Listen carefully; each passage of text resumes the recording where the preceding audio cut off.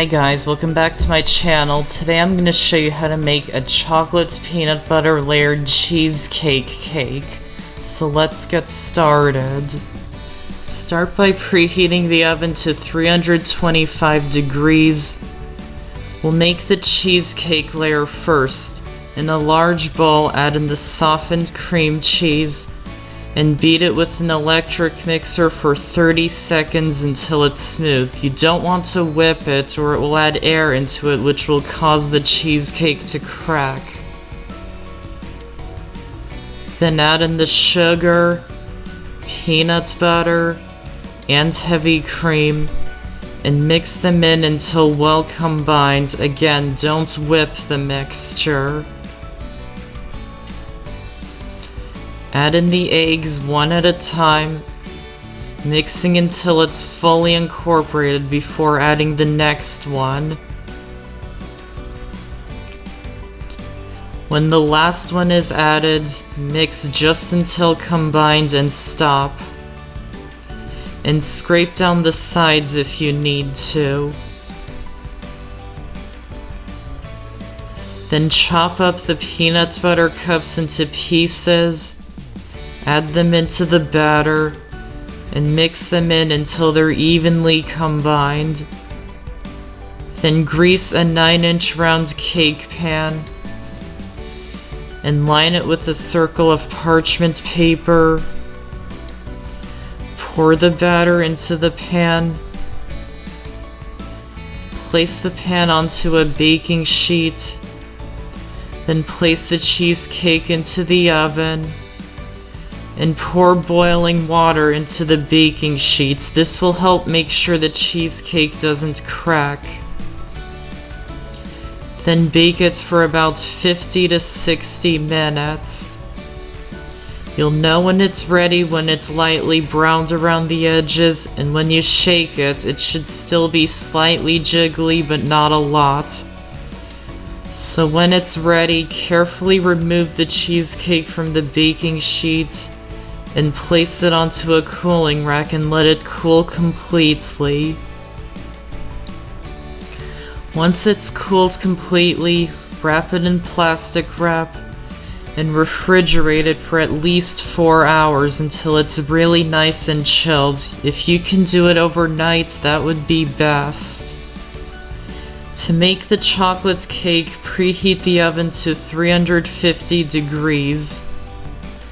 Then prepare 2 9-inch round cake pans in the same way as we did for the cheesecake layer.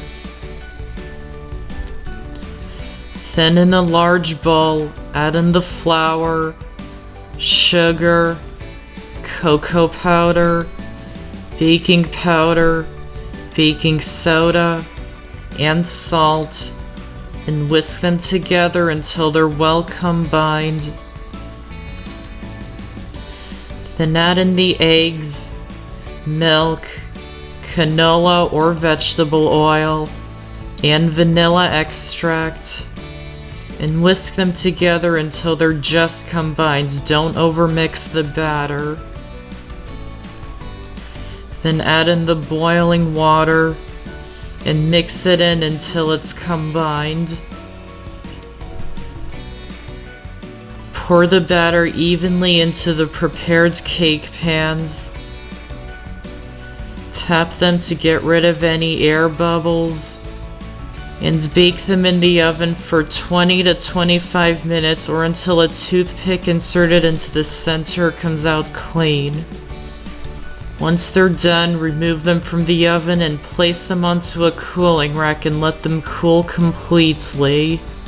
To make the peanut butter frosting, I'm choosing to use a stand mixer. You can just use an electric hand mixer if you choose. So add in the softened butter and peanut butter and beat them on a medium to high speed for 3 to 5 minutes until it becomes light in color. Then sift in half of the powdered sugar. Mix it in on a low speed at first. Then once it's combined, beat it on a high speed for 2 minutes. Then sift in the rest of the powdered sugar and mix it in on a low speed until it's combined.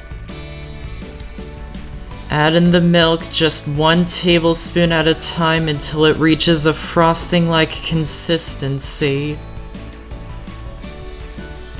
Then beat it on a medium to high speed for as long as you like to make it really light and airy.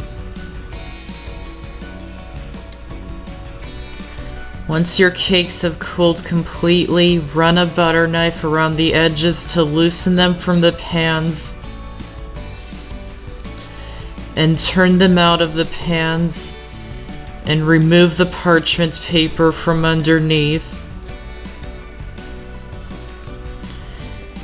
Then level the tops of your cakes to make sure they are completely flat on top.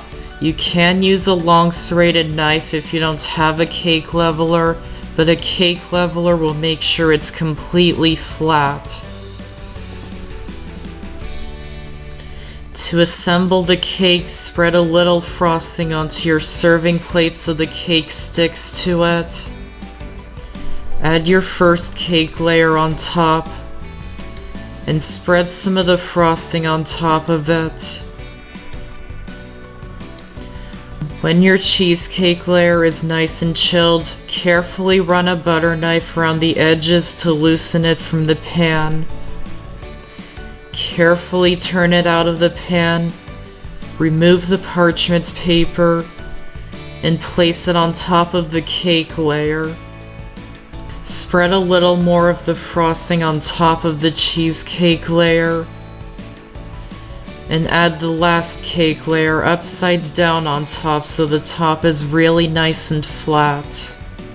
Then cover the whole cake in a thin layer of frosting. This is the crumb coat, which helps stop any crumbs from showing up on the outside of the cake.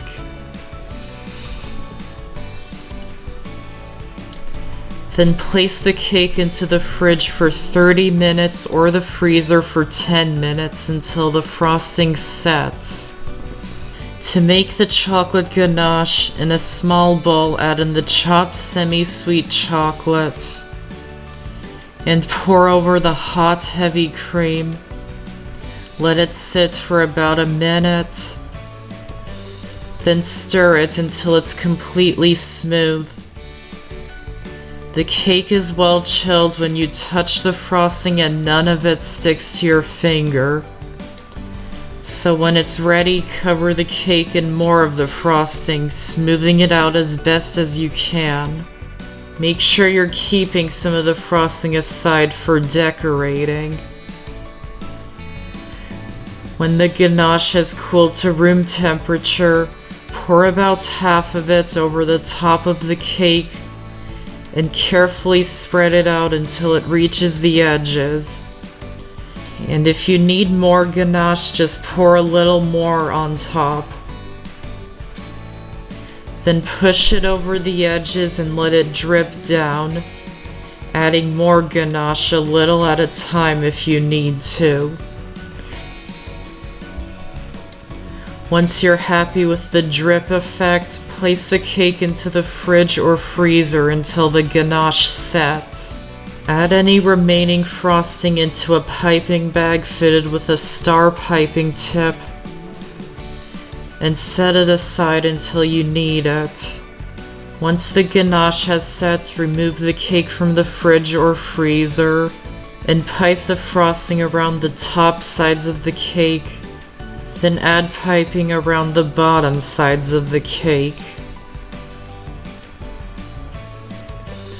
Then garnish it with some mini peanut butter cups on top of the piping design. And for a bit of color, I'm also adding Reese's Pieces on top. And just finish it off with a halved normal size peanut butter cup in the center of the cake. And that's how to make a chocolate peanut butter layered cheesecake cake. I hope you enjoyed this video, and I have so many more on my channel, so be sure to check them out and subscribe for more. Thanks for watching, and I'll see you next time.